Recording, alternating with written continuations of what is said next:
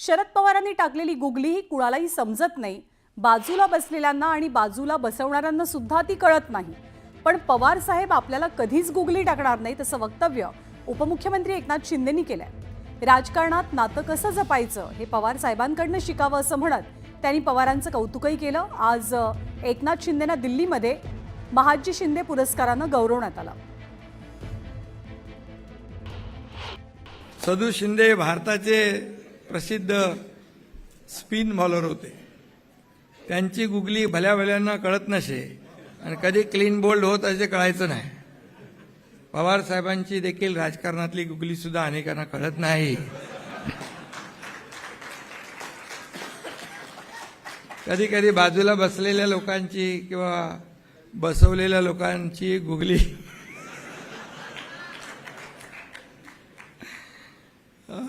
पण माझ्याबद्दल थोडं मी वेगळं सांगतो. माझे आणि पवार साहेबांचे अगदी प्रेमाचे आणि जिव्हाळ्याचे संबंध आहेत. त्यांनी आजवर मला कधी गुगली टाकली नाही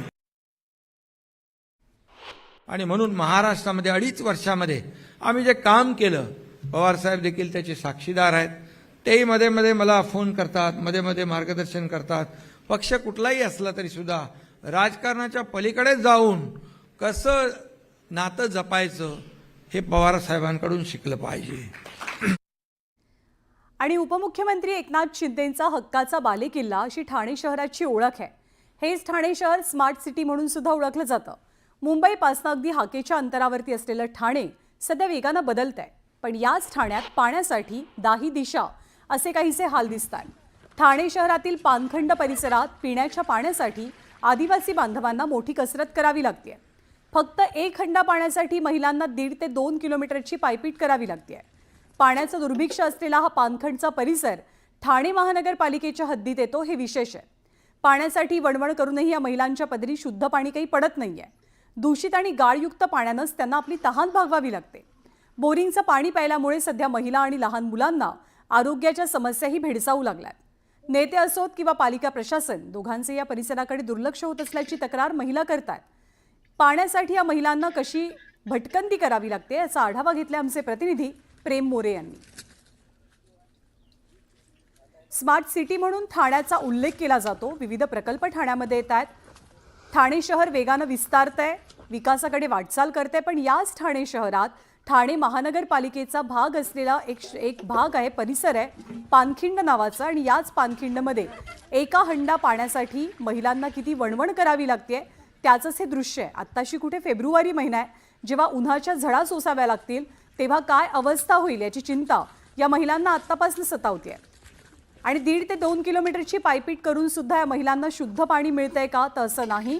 हे हंडाभर पाणी सुद्धा अशुद्ध आहे आणि त्यामुळे आरोग्याच्या अनेक समस्यांनाही सामोरं जावं लागतंय. सध्या मी आहे ठाणे महानगरपालिका क्षेत्रात असलेल्या पानखंड गावा परिसरात. गेल्या काही वर्षांपासून या परिसरात जे आहे आदिवासी नागरिकांना मोठ्या प्रमाणात पाण्यासाठी पायपीट करावी लागते. सध्या मी याच पानखंड गाव परिसरात आलेलो आहे. मोठ्या प्रमाणात आपण पाहिलं तर या ठिकाणी खड्ड्यावर महिला पाणी भरण्यासाठी आलेल्या पाहायला मिळतात. मोठ्या प्रमाणात आदिवासी महिला आहेत. आपण जर पाहिलं तर या ठिकाणी जे आहे तारेवरची कसरत करत जे आहे या दगडातून वाट काढत पाणी भरत या महिला ह्या ठिकाणी येतात. अनेक वर्ष ह्या नागरिकांना या पाण्यासाठी जो आहे त्रास सहन करावा लागतो. आजी, आपलं नाव सांगा, किती वर्षापासून या ठिकाणी राहता आणि किती त्रास होत आहे? जाम त्रास आम्हाला होतो. एवढी चढण चढायला लागतं आणि या 2 हांड नेता नेताला पायाला नुसता वल येतात. एवढं चढण चढायला लागते आणि पाय घसरला तर पडायला पण होतं पावसामध्ये. आणि किती लांब पाणी आहे. उन्हाळ्याचा दिवस आहे तर पाणी भरतात. पावसाळ्याच्या दिवस आले तर पावसाळ्याच्या दिवसामध्ये इकडं जंगलात येऊ शकत नाही पाण्याला. आणि ते बोरिंगचं पाणी जर असलं, ते बोरिंगचं पाणी ते पाणी जाऊन किती घाण येते. ते घाणीचं पाणी आम्ही आणतो आणि बुडाला जर असं ती लाल सर्व पाणी येते, घाण येते, ती बुडाला बसते हांड्याला आणि वरत नितल पाणी येतं. आम्ही पाणी म्हणजे आमचा वाढ वडील इथंच मरून गेलं आणि आमची 3री पिढी लागली. पण आम्ही खड्ड्याचंच पाणी पितो आजपर्यंत. अजूनपर्यंत आम्हाला मतदान आलं का आमचे पाण्यासाठी म्हणजे आम्ही सांगतो त्यांना आम्हाला नल द्या, या द्या, पण आम्हाला काही सोय करून देत नाही. ठाण्याहून मी प्रेम मोरे, न्यूज 18 लोकमत, ठाणे. तर गेल्या अनेक वर्षांपासून या परिसरातलं पाण्याचं वास्तव असंच आहे. आता तरी यामध्ये सुधारणा व्हावी अशी अपेक्षा इथल्या महिला व्यक्त करतात. पुढची बातमी सोयाबीन खरेदी संदर्भातली. नाफेडच्या वतीनं सोयाबीन खरेदीची मुदत संपल्यानंतर हजारो शेतकऱ्यांचं सोयाबीन अजूनही तसंच पडून आहे. सोयाबीन खरेदीच्या मुदतवाढीसंदर्भात शेतकऱ्यांमध्ये संभ्रम दिसतोय आणि अशातच बाजार समित्यांमध्ये सोयाबीनचे दर गडगडलेत आणि शेतकरी हवालदिल झालाय. संसद परिसरातही सोयाबीनचा मुद्दा विरोधकांनी लावून धरला, तर मुदतवाढ मिळावी यासाठी केंद्राला विनंती केल्याचं राज्य सरकारनंही सांगितलंय. सोयाबीन खरेदी मुदतवाढीबाबत संभ्रम. कुणाला त्याचे हेच नाही, शेतकऱ्याचे कुणाला देणं घेणं नाही. बंद झालं काय, चालू राहिलं काय, काही झालं काय, कुणाला शासनाला त्याचं काही देणं घेणं नाही. सोयाबीन उत्पादक शेतकरी हवालदिल. शेतकऱ्याचं इथून तिथून वाटोळं करणं एवढंच का ह्या शेतकऱ्याचं ह्या सरकारचा उद्देश आहे का? शेतकऱ्याच्या बाबतीत जर तुमच्याकडे गोडाऊन शिल्लक नाही तर भावांतर योजना आहे का, आणा ना. सोयाबीनची खरेदी होणार तरी कधी? आम्हाला कुठलेही आदेश आलेले नाहीत असं त्यांचं म्हणणं आहे की तुमच्या पद्धतीनं काय करायचं ते करा, कोल्ड स्टोरेजला ठेवा, नाहीतर काय करा, घरी ठेवा, असं आम्हाला उत्तरं त्यांच्याकडून ऐकण्यात आले.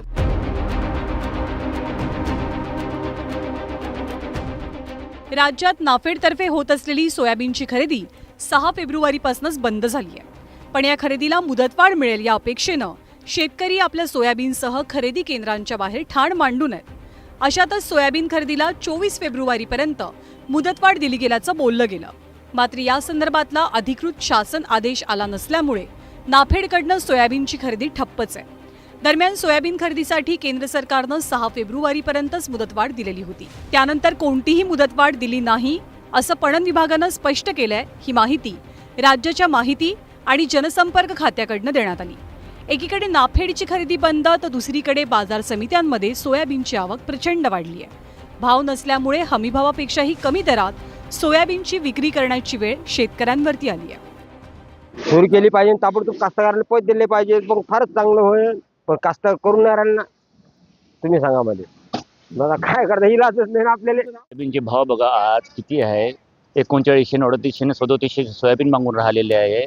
आणि गव्हर्नमेंट अजून चालू करून राहिली. चालू करतो तर कधी चालू करणार आहे? तर कास्तकार चिल्लावून राहिलेले आहे का घरात सोयाबीन भरावं का फाशी लावून मरावं. भावांतर योजना सरकारनं लागू करावं आणि जी फरकाची रक्कम आहे ती बाजार समितीमध्ये सोयाबीन विकलेल्या शेतकऱ्याला सुद्धा ते 1200 रुपये असतील, 2000 असतील, जी फरक असेल ते फरकाचे पैसे शेतकऱ्याच्या थेट खात्यावर जमा करावं. सोयाबीन खरेदीच्या मुदतवाढी संदर्भात सुरू असलेला हा संभ्रम तातडीनं दूर करावा अशी मागणी किसान सभेनं सरकारकडे केली आहे. आणि मोदी की गॅरंटी म्हणून जाहीर करण्यात आलेला हमीभाव हा जर शेतकऱ्यांना मिळणार नसेल तर स्वाभाविकरित्या हा मोठा विश्वासघात ठरेल. या विश्वासघाताच्या विरोधामध्ये किसान सभा आणि तमाम शेतकरी रस्त्यावर उतरत आहेत. त्यांनी उभं केलेलं आंदोलन येत्या काळात अधिक तीव्र केलं जाईल. शेतकऱ्यांच्या पोरांचा संयम तुटायची वाट बघू नका, सरकारला आमचं सांगणं आहे. अन्यथा या सगळ्या शेतकऱ्यांना घेऊन सोयाबीन तर अरबी समुद्रात फेकू, पण आम्ही सगळे सोयाबीन उत्पादक शेतकरी आता मुंबई सुद्धा जाम केल्याशिवाय राहणार नाही. दरम्यान मंगळवारी विरोधी पक्षाच्या खासदारांनी संसद भवन परिसरात सोयाबीन खरेदीला मुदतवाढ देण्याची मागणी करत आंदोलन छेडलं. शिवराज सिंह चौहान साहब से मिलकर उनसे विनती की थी कि आप ये समय सीमा बढ़ाई जाए, लेकिन उसकी समय सीमा बढ़ाई न जाने की वजह से बहुत सारे किसान उनकी सोयाबीन खरीदी होने की वजह से प्रतीक्षा में हैं और उसके अगेंस्ट केंद्र सरकार के इस निर्णय के अगेंस्ट हम प्रोटेस्ट कर रहे हैं. सोयाबीन खरेदीच्या मुदतवाढी संदर्भातला संभ्रम दूर होण्याची गरज आहे.